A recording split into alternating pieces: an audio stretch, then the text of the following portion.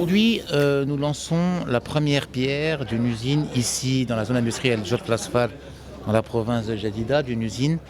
qui va tout simplement fabriquer de la levure sèche, de la levure fraîche, mais aussi, plus tard, dans un deuxième temps, nous avons signé une convention pour produire de l'essence de levure, qui est un produit extrêmement valorisant et qui a une grande valeur et qui est utilisé dans l'industrie pharmaceutique et dans l'industrie chimique et qui permet aujourd'hui de valoriser notre mélasse, qui est un produit secondaire de la production sucrière de notre pays. Comme vous le savez, cette usine, c'est un investissement de 480 millions de dirhams pour créer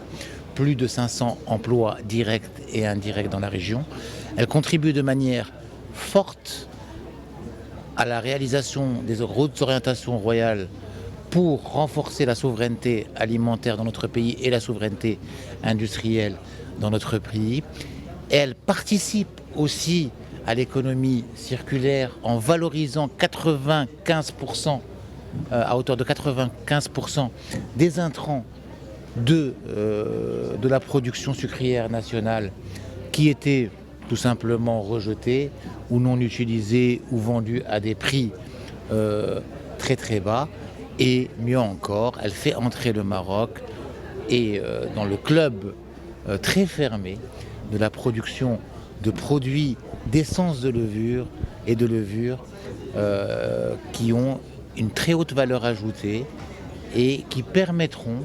à valoriser ce produit de la mélasse dans l'industrie pharmaceutique, l'industrie chimique et l'industrie agroalimentaire avec un produit de très haute technologie et de très haute valeur ajoutée. Le projet de Aya est un projet de l'industrie dite biotechnologique,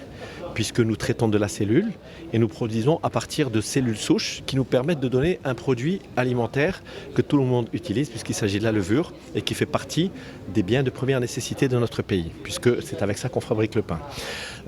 La spécificité de ce projet, c'est que nous allons utiliser 95% des matières premières qui sont produites par des entreprises marocaines et surtout qui sont produites dans la région de Doukkala Abda, puisqu'il s'agit de mélasse qui est issue de l'industrie sucrière.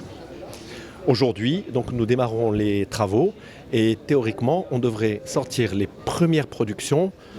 l'année 2027, vers la moitié de l'année 2027. C'est une première dans le Maroc parce que nous allons atteindre des standards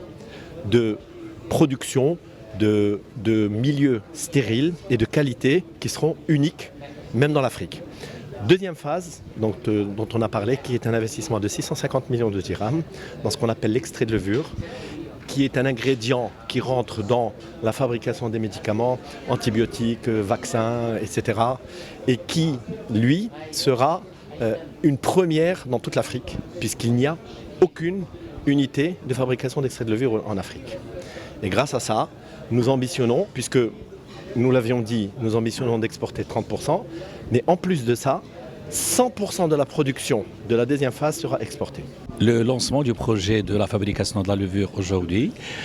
c'est un bon point pour l'industrie marocaine et pour l'export, parce que normalement on exporte 3,3 millions de dollars et on a une capacité de 8 millions de dollars. Donc ce projet va augmenter nos capacités exportatrices vers surtout les pays où on a avec eux les accords de libre-échange. Donc c'est un point très positif pour les exportations et pour la balance commerciale avec les pays où on enregistre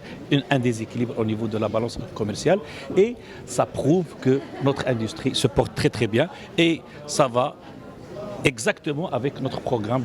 du commerce extérieur 2025-2027.